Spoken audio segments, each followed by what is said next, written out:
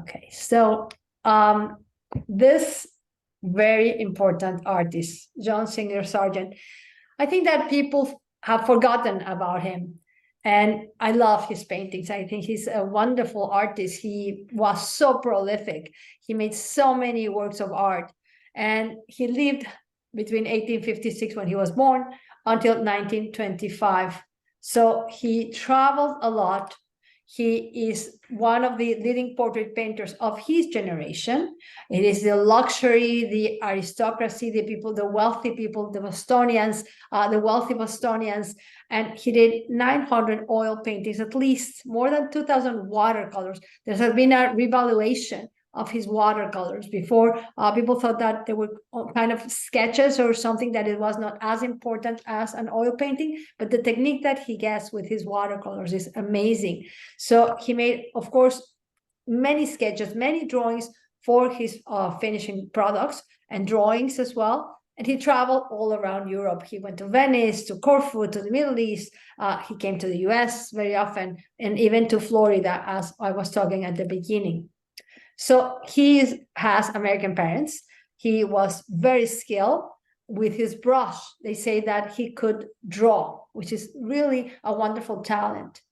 And also, with the passage of time, even though when he was painting, he was very successful, there was a lot of admiration, but a lot of criticism as well, because of his superficiality. So that's why afterwards people began to lose attention on him. But he was familiar with Impressionism, and he was a friend of Monet. And we're gonna see he traveled to see him, and he painted him. But most of his life, even though he was born to American parents, he was an American citizen, he lived most of his life in Europe. So until the 1950s, nobody cared about him after he died. Later, he's going to be revalued, as I mentioned. He is going to have, his father was an eye surgeon, and his mother, who was actually, she was born singer, she was also inclined to art. They had a daughter who died when she was 2 years old. And this is a crucial moment for the family. They have a breakdown, and all of a sudden they decide to go abroad. They go to Europe to recover for this terrible loss. And they are expats just living in Europe, and they are kind of nomadic, going from one place to the other. But they stay in Paris, and from there they would going to live in different places. So they go to different resorts, to France, to Germany, Italy, Switzerland, etc. So Mary gets pregnant. There's a cholera epidemic, and they go to Florence. That's where they stop, and that's where we have Singer Sargent being born in 1856. So that's why he is born in Italy. From a young age, he shows that he has some skill in drawing. His father is going to be his teacher. He doesn't go to any school in particular, because they are moving from one place to the other. And his mother is going to get him into museums, to churches, to appreciate art. Also, his mother was an amateur artist, and his father, he knew how to do medical illustrations. So that combination allows him to develop his ability to draw. Some of the early drawings that we have are done in charcoal, like as you see this one here. When he was 13 years old, his mother wrote a letter, and she reported that sketches quite nicely and has a remarkably quick and correct eye. If we could afford to give him really good lessons, he would soon be quite a little artist. So until later on, he's going to be schooled in art, and these are his drawings. When they live in Florence at some point, and he's going to be enrolled at the Accademia di Belle Arti in Florence. He's going to become a very cosmopolitan man, very highly educated.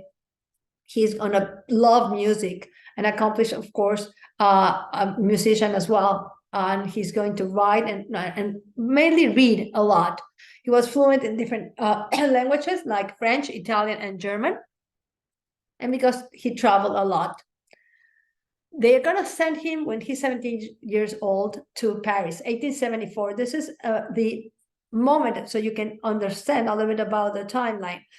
In 1874, the first Impressionist exhibition happened, and nobody liked it, of course. But when he gets there, a 17-year-old, he's going to be acquainted with other kind of artists, the great masters. And he is going to write in 1874, I have learned in Venice to admire Tintoretto immensely and to consider him perhaps second only to Michelangelo and Titian. So by 17, he's a well-educated man in art and art history. These are the earliest paintings that we have from this period. And he's going to be admitted in Paris to the École des Beaux-Arts. He gets drawing classes, of course. The regular way of a student was to learn anatomy, perspective, and he's going to have a medal for his paintings during those years in the École des Beaux-Arts, and he gets the silver prize or the second prize of the school. But he spent a lot of time drawing, painting in museums, and that's how he's going to master his skill. On the other hand, he has other art studies with a man, an artist who was also very successful at the time, Carolus Duran. He was a portraitist, and here we have a photograph of his paintings and himself. This is a self-portrait. And he is going to teach him the technique on how to paint and how to represent, especially portraits, because Carolus Duran was hired by all of those wealthy people in France at the time. And this is a painting that he does, Carolus Duran, of Edouard Manet. So they are contemporary of the Impressionists. The way that he is going to learn how to paint is what we call a la prima. What it is a method that you paint directly on the canvas. You don't do any preparing of the canvas before, so we don't have any preliminary drawings or sketches. He is going to paint directly. Whatever he is capturing are the shadows and everything else directly on the canvas. He uses very, very viscous pigment and the idea of layering one on top of the other with those glazes. More or less like we would see in a painting by Diego Velázquez. So you would load the brush with lots of color and you would just paint on top of the canvas directly with no sketches. He's going to admire Velázquez and Las Meninas, of course. And also he's going to learn to see other painters like Frans Hals and Rembrandt or Van Dyck and Reynolds, etc. Carolus Duran is going to extort the students to go and see the museums and observe and copy them and have that knowledge of the brushstroke. And Hals, for example, has this rough style. So he would learn how is the method that Hals used in his paintings. He's going to copy it.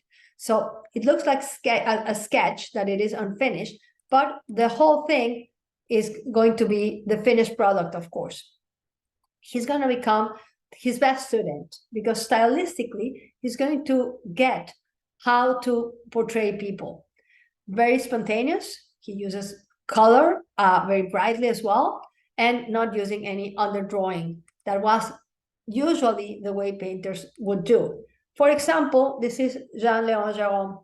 He's opposed to this kind of technique because this is a traditional way of painting where you have a sketch, then you have a structure, then you start making your underline, and then you paint on top of it. He's going to go to school with other artists, American, Thomas Eakins and Julian and Alden Weir, where he's going to study with them. They're going to become friendly.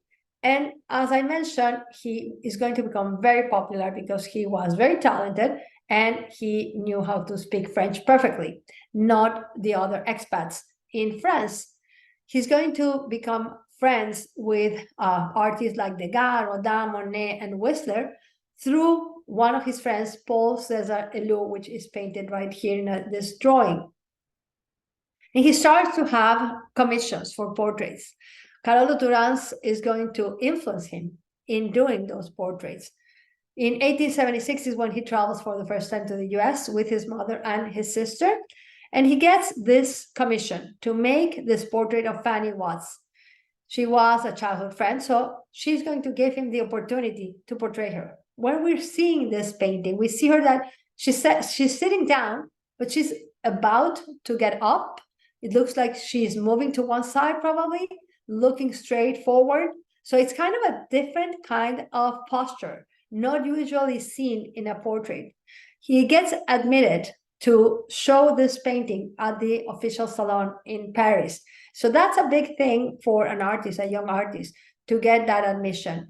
And this is a drawing that he does, a sketch after the painting by Degas called L'Etoile of the Dancers. So this is how he gets his talent, to study the other artists, to copy them, and then, of course, to have his own style later on. He was interested in this kind of perspective that is called compressed perspective. Everything looks like it's not linear. And also in the lighting that was used by Degas, that is called oblique lighting, because it comes from different areas. So it's not direct. One of the paintings that he also gets accepted with to the salon is this one, The Oyster Gatherers of Concal. It looks like an impressionistic painting. He does 2 copies, by the way. Great reviews when he presents this. And look at the reflection of the water. It's so realistic. And at the same time, he's using something that the Impressionists were not doing anymore, which is painting the background in a very hazy way, like we actually see. Because the Impressionists are going to paint everything the same tone, the same tonal value. The background and the foreground is going to have the same importance. But here he's painting a composition where you can see the background very blurry, as exactly how we see. So it's much more realistic. And this is the kind of art that was liked at the official salon. We are talking already 4 years after the first Impressionist exhibition. At 23 years old, he's also showing at the Paris salons. He is really very successful. He paints this portrait of his teacher, Carolus Duran, and he's showing this. And on one side, we see his talent, but on the other side, this is his own kind of publicity, advertisement for his skill. Look at me, I can do this, which is really amazing. Henry James wrote later, when he saw that his paintings that the artist offered, the slightly uncanny spectacle of a talent which on the very threshold of its career has nothing more to learn. So skilled he was. And here we have a photograph of Carolus Duran, so you can see the resemblance, although the photograph is a bit later, but you can see how he captures that face and the features and all of the different textures of the clothing that Carolus Duran is wearing. One wonderful work is this one, and it is a rehearsal. He went to the Cirque d'Hiver to see the orchestra as they are having a rehearsal. The conductor, Jules-Étienne Pasdeloup, would give concerts on the Sunday afternoons. He would go very often there. He was very controversial, by the way, this conductor and composer as well, because he would use the compositions of Fauré.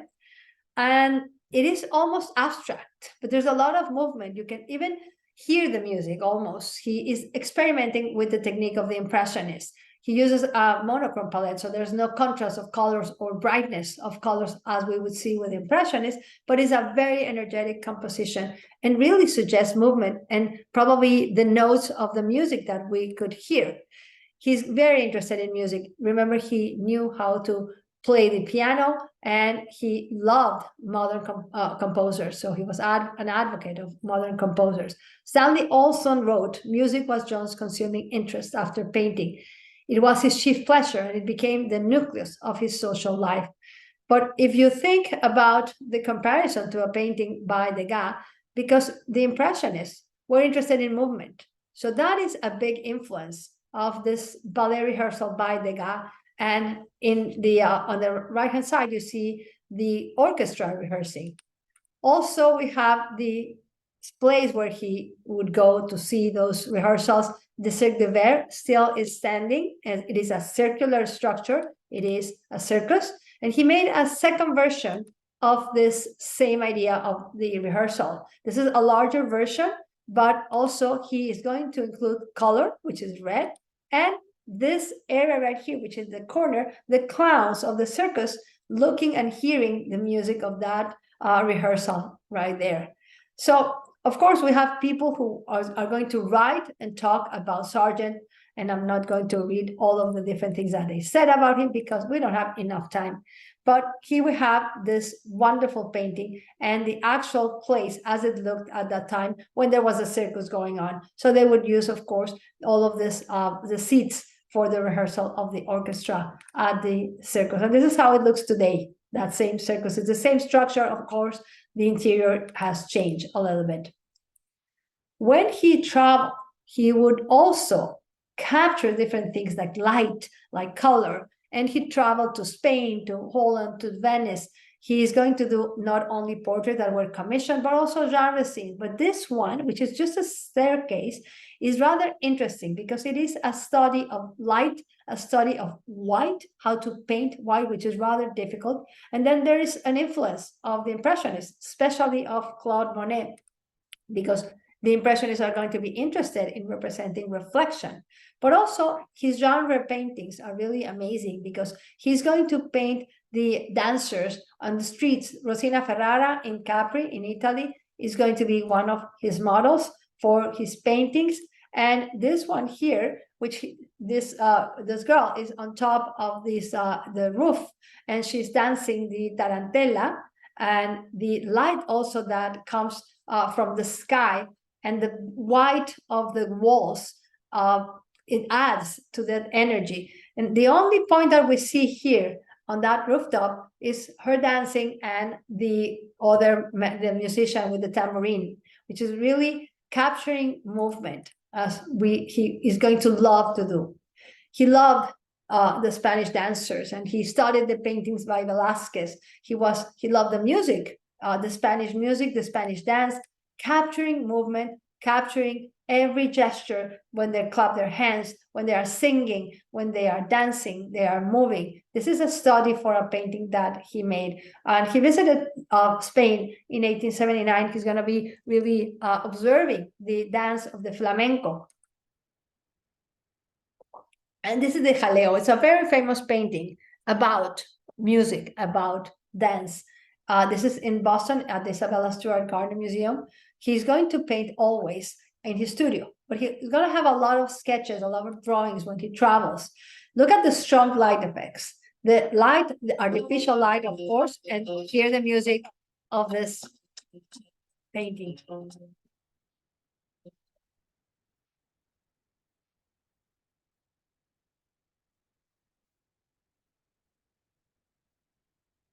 And I always say that you can hear the music and you can see the music and the dance as they are dancing and they are talking or singing. This is an actual flamenco dance. So you can realize what he was trying to evoke: the movement, the elegance, the silhouette, the type of dresses, the guitars, etc. Just very quickly so we can go on because we can only also see flamenco, which is really beautiful. But the stylized posture that he's getting, he sees the gesture of the hands, the movement of the dress, the swirling costume that she's wearing. And as I mentioned, you can almost hear the music and feel the dance and the rhythm. So he gets a lot of those paintings, and this is just a detail of one of the jaleo. While he's traveling, he is interested in painting the people there. As I mentioned, genre paintings. When he goes to Venice, which he traveled not once, but many times, he's going to paint this palace, which was an abandoned palace, the Palazzo Resonico, where actually he had stayed, and also Whistler has stayed in this palace. It looks like this empty space in the center, the window with the balcony in the back, and there is a lot of space. This is also an influence by the Impressionists, but these women and probably men as well, they would escape the heat on the streets. They're merchants, people who sell things, and they come back to this area, which is cooler, and he is capturing that moment when they have a break from the heat outside. Let me show you some of the details of this painting using a fast brushstroke, but at the same time, the effect of light. that comes from that window in the back, those doors that are glass and they are open. Also, we see the silhouettes in the back. So the important thing here is the postures of the people who are resting, but also light and space, which he captures in many of his paintings. This combination of light that comes from a window that we don't see, light that comes from the background as well, very sensual women that are walking there because they are probably just in a break. But at the same time, we see what we call a Spanish palette, which is kind of this Velázquez kind of palette, using dark browns and sometimes a little bit of red. In this case, we see a little bit of pink right here, but very few other colors. We have, of course, the slash of light from that window that we don't see. We don't see the light, but we see, I'm sorry, we don't see the window, but we see the light. The detail of the woman in the back and in the balcony, just catching some air probably from that open door. So they are observing, this girl right here is observing the passerby from her window. This is a drawing that was made by Whistler from the same place when he stayed there in Venice. So each artist is going to have his own interpretation.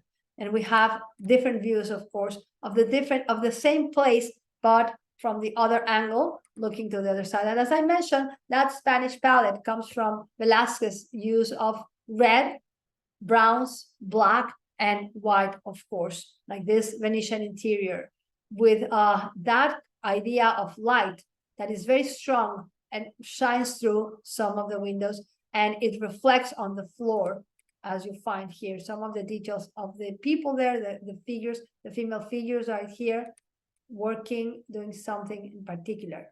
But what got him money are the commissions, the portrait commissions. When he returns to Paris, he has more commissions. He's talented and he has a lot of stamina to work. He wouldn't stop working. He was very refined, so he was people liked him. He spoke perfect French, and he is going to start having more people interested in his art. So he's going to have very high prices for his commissions. And if he did not like the sitters or the people, the clients, he would just turn them down. He would have two children. So we have all of the names, of course, of those people that are being portrayed. We get to this masterpiece of Singer Sargent, The Daughters of Edward Darley Boyd. And I say it's a masterpiece because it's not a regular portrait. You can see and feel the individuality of each one of those girls. The four girls that are, one is sitting down, but the other three are standing up in this living room that is very interestingly lighted. Because again, we see a light that we don't know exactly where it's coming from, probably a large window on the left-hand side. And then the light recedes and the darkness comes. Actually, we don't see anything else afterwards because the light is going to recede up to this area right here. And if you see the painting of Las Meninas, you understand what I'm saying, because it was a real influence in his work. The color that he uses is very similar. Also, the use of different areas, the foreground, and then we have an open door or window in the back, the light that comes from the side, and it is a portrait that probably doesn't feel like a portrait. Well, they were also part of the expat community in Paris. Edward Boyle was a lawyer. He was trained in Harvard, and also he was a painter. Louisa, his wife, she was an heiress from a family from the with a business from the Far East that they traded, so they were wealthy, and that's why they were in Paris living a good life. And that is why we have these vases, because it was part of their business. And it is important to note that it was 19th century Japanese vases. Those vases or vases, however you want to call them, let me tell you that it is the first time during the mid-19th century, it is the first time that there's trade between Europe and the Far East. It becomes very fashionable to have Chinese, Japanese, etc., or porcelain, or works of art, or woodcuts, or any other things, objects that came from the Far East. So they're going to be included in this famous portrait. So as I mentioned, the light recedes into the darkness, and then everything, of course, becomes more blurry. But here we have a detail of that vase that is still at the MFA, which I'm going to show you in a second. And we have them right here. So they're rather large. You have them in the corners of that living room. And also we see that it becomes a still life painting, the study of light and also white. This painting is going to be shown at the salon. The way that they are going to describe it is the four corners and a void, because there is some space in the center. By the way, the writer Henry James is going to describe it as representing a happy play world of charming children. I don't see that happiness there, but at the time, probably that's the way children would play, very, very serious. On the other hand, we have that there are some critics. And in this cartoon, we see, of course, the representation of the work, but it says, great unpacking of porcelain, Chinese objects, children's toys, etc. The huge vases right here that we have in the corners. Very, very well done. It is a portrait of four girls, but what he's going to do is he's going to take each one of those girls and he's going to make the portrait of each one of them individually, and then he's going to place them in that space. So there's a lack of connection between them, even though it looks like they are there at the same time. It feels like they are not, on purpose. And then we have the comparison with the painting by Degas, because there is an empty space. And that is one of the influences that he gets from artists of the Impressionist movement. There is a disconnection between all of the family members in both paintings. The charming girls really are really beautiful. And at the same time, we have a traditional portrait painting, but also very modern. So this girl is looking out, confronting the viewer, more or less like the Infanta would do in Velázquez's Meninas. So we have that idea of the Spanish master that he's going to emulate. This is the way that you see it today with the vases right here, owned, of course, by the Boyd family. And none of the girls married, by the way, and they donated the painting and also the vases as well, the vases. And let me show you another painting right here. With me when I visited the MFA. They made the beautiful child like a monkey in that cartoon. Yes, you're right, Linda. That's what they did. Of course, they were making fun of it, but it is a huge painting.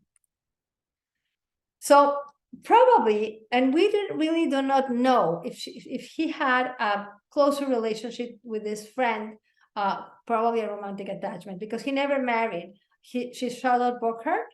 She was the daughter of the Swiss merchant Edward Burckhardt and his American wife.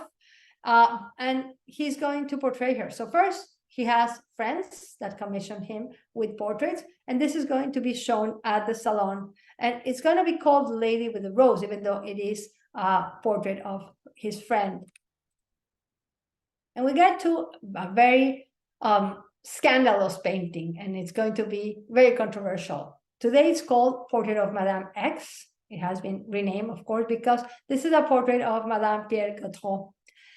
And when he does this, actually, he wants to show it at the salon to consolidate his position. He is the painter of society, of the wealthy people. And it resulted in a scandal. Actually, it became a problem for him. And he actually moved to London after this. It was very risky.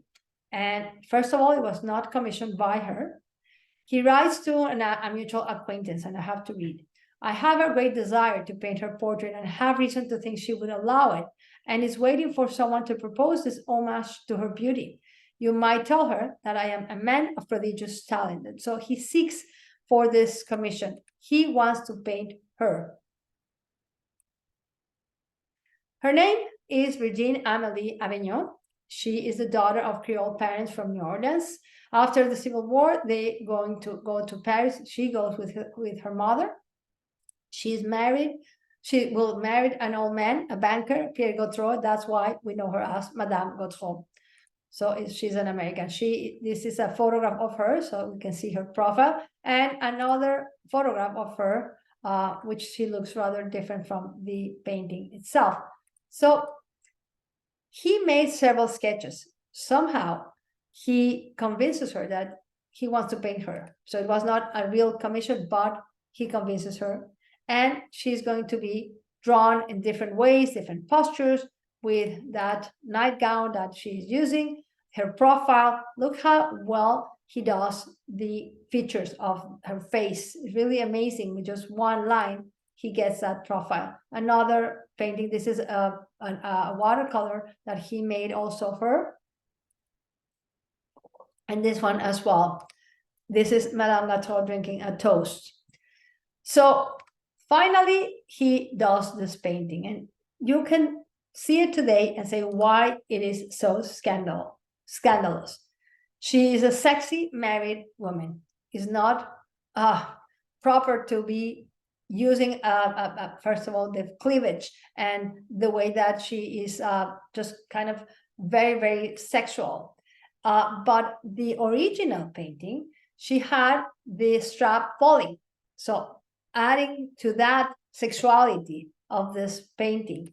And also, of course, she's married. She's wearing her ring right here. So she's very sensual and very, very attractive, but she's married. So that is why it's going to become a scandal. Now, this is the way that Parisian elegant woman would dress.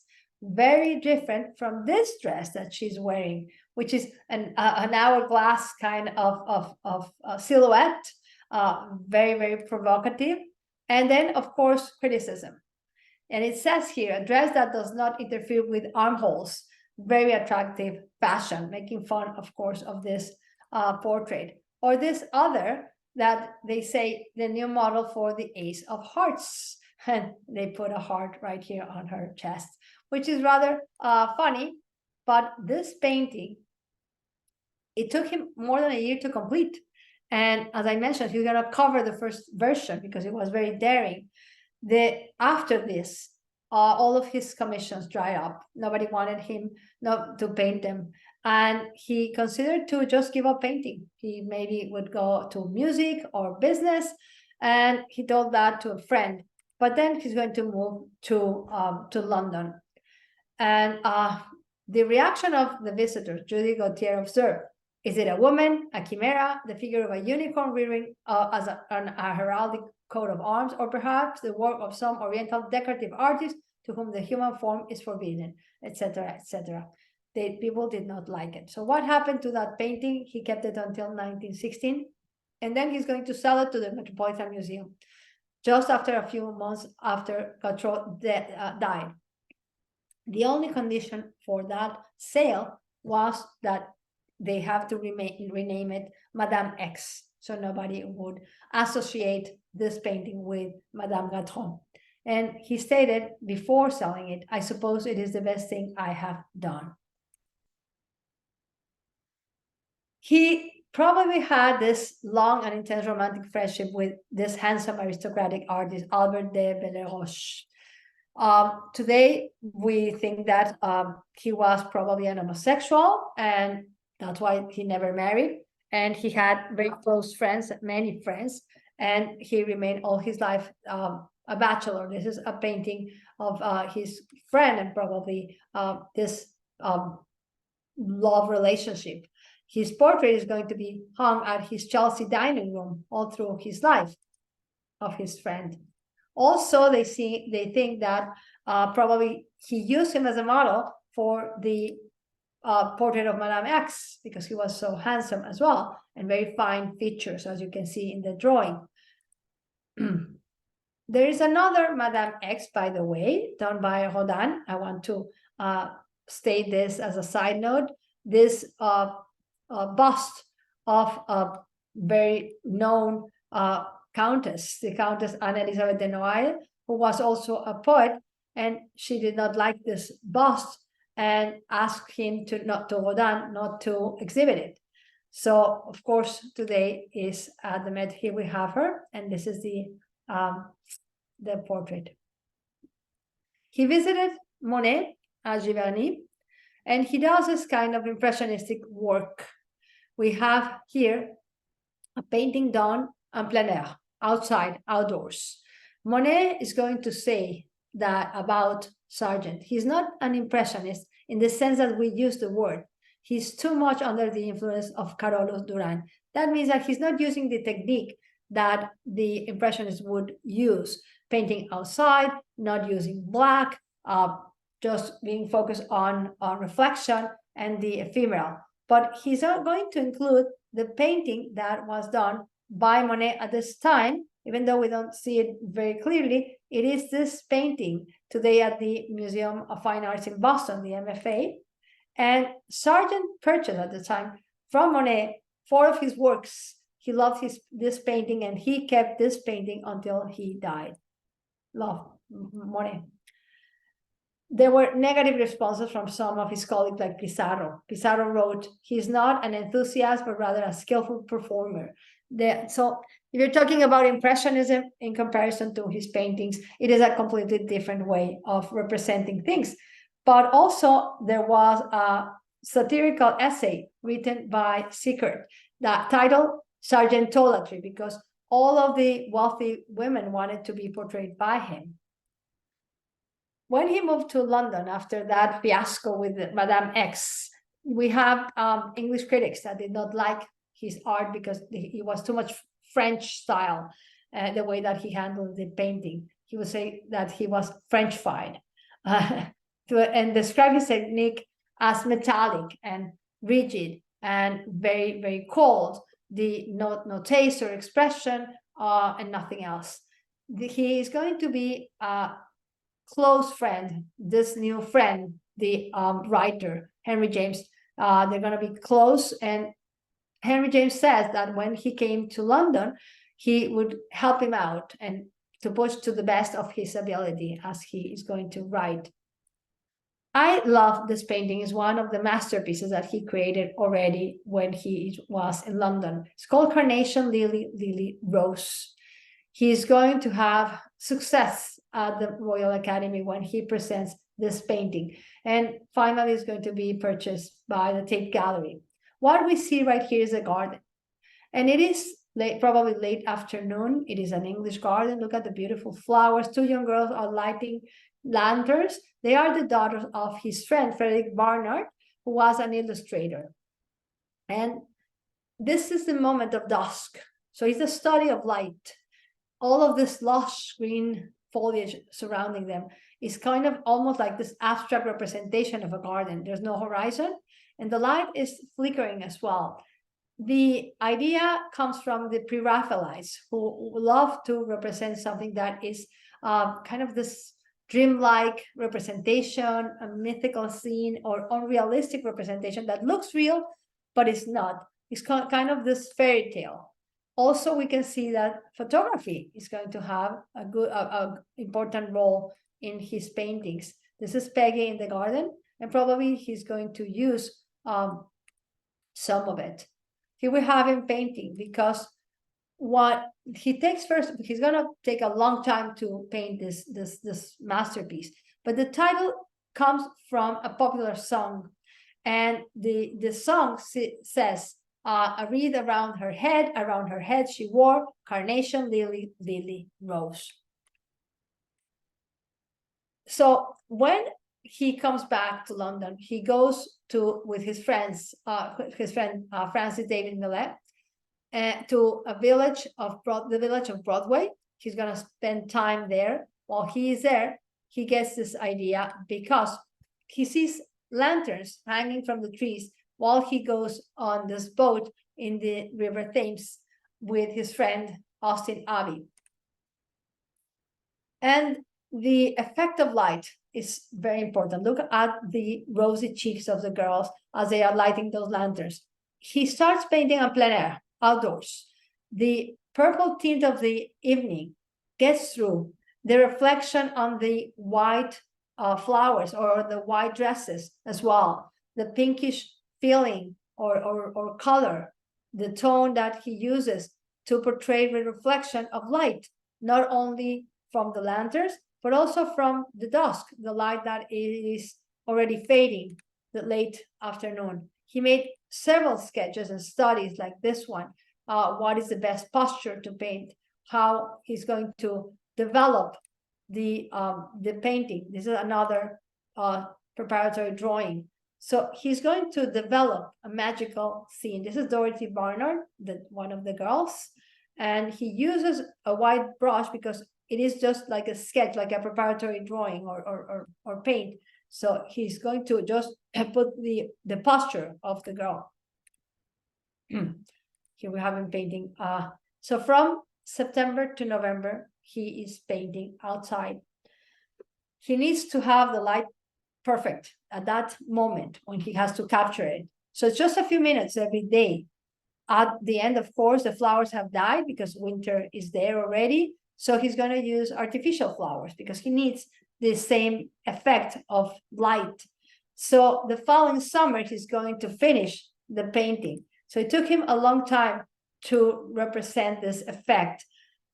He cut the canvas at some point to make it more square because he liked it better, this composition. And this is the first work that was to be acquired by a public museum, the Tate Museum, as I mentioned. He's going to go to New York and also Boston as a professional artist for the first time, 1887 to 1888. He has over 20 commissions. The important wealthy women are going to seek his portraits. Isabella Stewart Gardner is one of them. But this painting, after the scandal, this painting that he did of her is going to be unseen by the public. While she was alive, nobody would see it, even though she has her own museum. And she didn't want, of course, and her husband, of course, they didn't want it either. So again, we see this silhouette, this hourglass body, and she's not going to show this painting. And she's also going to portray it later on in life. And this is after she had a stroke. And probably this is the last portrait that she had before she died in 1924. And it was done by Singer Sargent. Very different portrait, of course. While he is in Boston in 1888, he has his first solo exhibition. He shows 22 paintings. Great success, of course, while he is there. He goes back to London, of course. He has more commissions there. He would go to their client's home, his client's home, or to the or he would bring them to the study. It says here, is this who the Gardner Museum is named for? Yes, of course, she is the founder of that. And yes, it is the one that was stolen a few years ago. Of course, that's the same. Isabella Gardner, she is the founder of the Isabella Gardner Museum. It was her art collection. She was a big art collector. So he very seldom is going to use a pencil. He uses oil studies, as we have seen. He even selected the frame for his paintings. So he was very controlling, and he's going to have no assistance whatsoever. He prepared his own canvases. He used varnish, and he did it himself as well. He was very expensive. He would, at that point, $5,000, which was, and the conversion is more or less like $130,000 today. So people would, of course, have to be very, very wealthy to have his painting done, or his or her portrait done. Even some American people would travel to London to have their portrait made by him. This is his studio in Paris. So he had a studio also in Paris.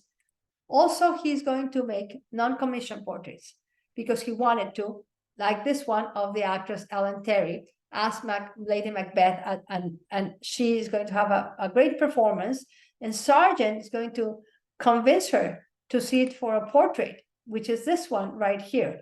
She is performing, and look at the costume. It's really amazing. It's a dramatic pose that he saw in the performance, probably, with this elongated, majestic posture, and also the body of the actress of Terry. Here we have a photograph of her while she was also performing. Let me show you the dress, the costume right here. This is the original costume that she wore, or a reproduction probably, but it is very similar. He goes back to his interest in painting dancers. This is another dancer, another Spanish dancer, a little bit different from the first that we saw of the Jaleo, La Carmencita. She was very famous. And very often we see that artists during this period are going to portray movement, trying to represent this moment of dance. As we can see here on the left-hand side, we have William Mary Chase doing his own version of La Carmencita. But look also the similarities and the differences, of course. He was a great portraitist, and also Mary Chase was a good artist. And we have that in his Chelsea studio. He would get his clients. He would have around 8 to 10 sittings. He would first have the face drawn. He would just get that on one sitting. And throughout those sittings, he would have a nice conversation, and he would play the piano very often. So he would have a break. Sometimes he would just paint because he wanted to paint a subject like this, a gust of wind, that he is also being influenced by the Impressionists, especially Monet, that was his friend.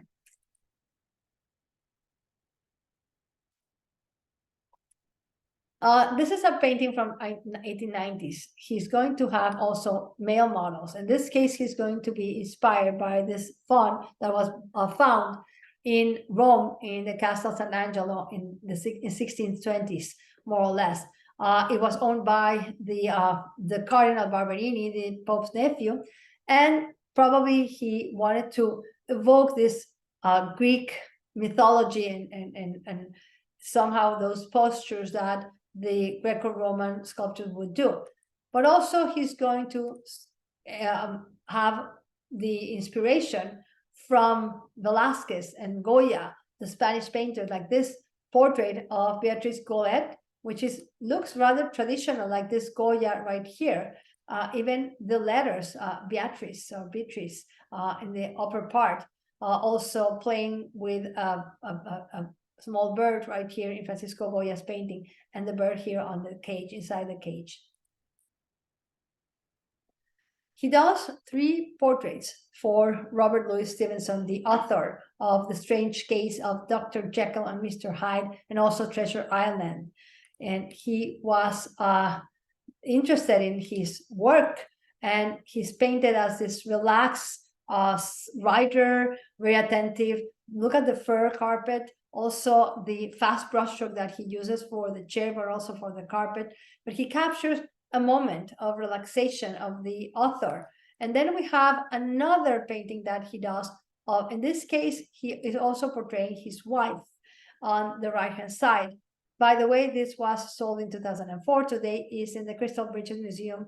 The founder of the museum is the heiress Alice Walton of Walmart.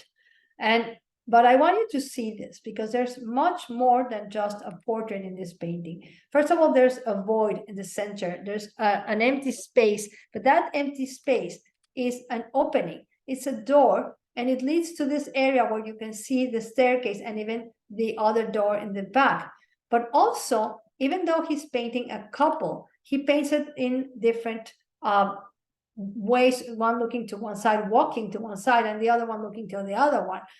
And we have that, of course, they were all friends and acquaintances. Henry James knew James, but also Stevenson. Stevenson liked this painting, even though he said that he appeared weird, but also he liked it. And on the other side, we see his wife. His wife is sitting down. She's looking to the other side. She's sitting, and she's dressed as this Indian princess, wearing this scarf on her head. And Stevenson said that it was too eccentric to be exhibited, and damn queer as a whole. So he says also that his wife, Fanny, says that this portrait is like an open box of jewels, because there's a lot beneath what he is painting. So it looks like they are separate paintings altogether, even though it is a couple's portrait. They are looking to different sides. He's looking back at us as viewers, but she's looking to distance onto the other side completely. So they are not communicating with each other, and you can sense what happens in this couple. Not only that, but there is a contrast between the bare wall right here and this wall that has paintings, or here we have some frames. Also, the dark colors that he's wearing with the bright colors that she's using. He's walking, she's sitting down, etc. There's a complete disconnect between them. By the 1900s, he's at his height of his fame. There's a lot of caricatures done of him.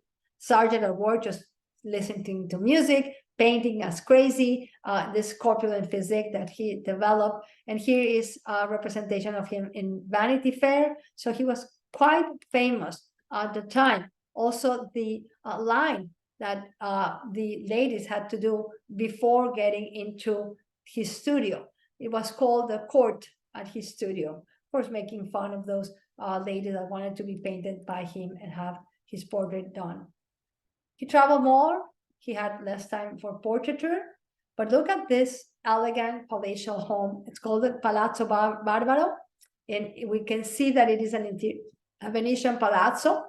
It was a gift for Mrs. Curtis. Actually, he said that he wanted to thank her for the many times he stayed at the Palazzo Barbaro. And it is called an interior in Venice, but also the Curtis family, because it is a family portrait. Of course, in the way that Las Meninas was done by Velázquez, a dark background, light on the figures, the foreground is clearer than the background. There is a generation gap. There's a space between the two couples. There are different attitudes. The standing young couple is in the back, they are pouring tea. The sitting reading in the foreground. Let me show you some of the details of how he worked. All of this representation of what they're doing, but with very few brushstrokes. Henry James wrote about this, the wings of the dove, with the scenes that happen in this palazzo, by the way. Ralph Curtis, here we have him. He was a student of Fran Duveneck. He is represented here with his wife. And Daniel and Ariana Curtis, they were from Boston. He captured light that comes again from a window. And we show you the details of this chandelier with those very fast brushstrokes. He can do magic. Henry James wrote to Mrs. Curtis about this painting, and he said that he liked it very much, but actually she did not like it at all. She said that she looked too old and she declined the gift. But it is a wonderful painting of this palazzo that they rented out while they were in Venice, the family, the Curtis family. It is a great painting, and this is the interior. You can still see some of the decorations that we have in the painting done by Sargent. This was presented, by the way, at the Royal Academy as his diploma work. He does portraits of 2 US presidents, Roosevelt right here, and we have also the painting of Wilson. So very, very, very talented portrait artist. He's also going to have many watercolors done, and he loved landscapes, also architectural features, and he used that technique with a lot of skill. He used watercolors usually when he would paint outdoors. Let me show you another one, like this one, of this balustrade of the entrance of a church. And actually, he's going to reuse it in this portrait of the president of Harvard University. You have the same balustrade and that staircase in the background of this portrait. So he would use that architecture features. He traveled to North Africa, also watercolor. Never intended this kind of paintings for sale, but as I mentioned, they are going to be valued today. He is going to spend time with his friends. He's going to travel a lot more and more. Look at this wonderful painting with that brightness of color and combination of brushstrokes as they are just having a good time. He actually is going to use those costumes that he brought from the Middle East, and he's going to give them to his friends as models so he can portray them as this exotic representation that you don't know exactly where he's at.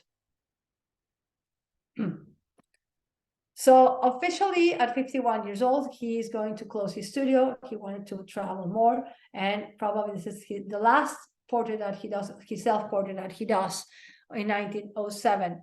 And he is going to go with his friends all around the world, especially in Italy. And he's going to still paint, but he does not want any more commissions. He declined the knighthood, I'm sorry, because he didn't want to lose his American citizenship at the time, but they wanted to give him that honor. As I mentioned, he travels a lot around Italy. He uses watercolors, and I wanted to get to this one because for people living in South Florida, probably this is something that it resounds somehow. He came to the US, including Florida, and he stayed for 2 years from 1915 to 1917. He paints Charles Deering. And if you haven't been to Charles Deering Estate, is right here in Miami. This is a wonderful house and park. And also he goes to his brother's house, Vizcaya, and he paints the park, but also you have a photograph of the park of Vizcaya, the entrance actually of Vizcaya, a wonderful also place to go, but also the flora and fauna of this area of Miami, well, Miami in particular, but South Florida. So he was really a great watercolorist, as you can see this detail, because if you do a mistake in watercolor, it shows. So you cannot be making any mistakes and covering them. Or this one as well. So he's going to be very successful until he dies in 1925. He was, as I mentioned, very, very prolific. And today the watercolors have been revalued. His oil paintings, of course, they were always valuable until he died. And then he was forgotten until the 1950s, when scholars started to get into his work. He's going to have a great commission in Boston to make the murals for the new museum, the art museum. Still today, if you go to the MFA, the Museum of Fine Arts in Boston, you see the mural that he made. But it was very controversial. He painted some images that I'm not going to be able to show you today because, of course, we don't have enough time. But he painted the comparison between church and synagogue. And synagogue, he painted it in the way of the medieval sculptor would do, with her eyes closed, that she does not see the light. Of course, this was criticized and it became very controversial since the beginning. And that mural actually was never finished because it took him a long time to paint it. But at the end, they have been restored. They are really beautiful, and you can visit the museum. And very seldom people go and see those murals, but really I invite you, if you go to that area, to Boston, just look for them. There are several all around the museum. So as you can see, Singer Sargent was a wonderful artist, very, very talented, with lots of different skills, from oil painting to watercolors. He was friends of the Impressionists, but he also knew his contemporaries as Whistler and many other artists. Well, I'm gonna stop the share for now, and I'm gonna stop the recording. Wait a second.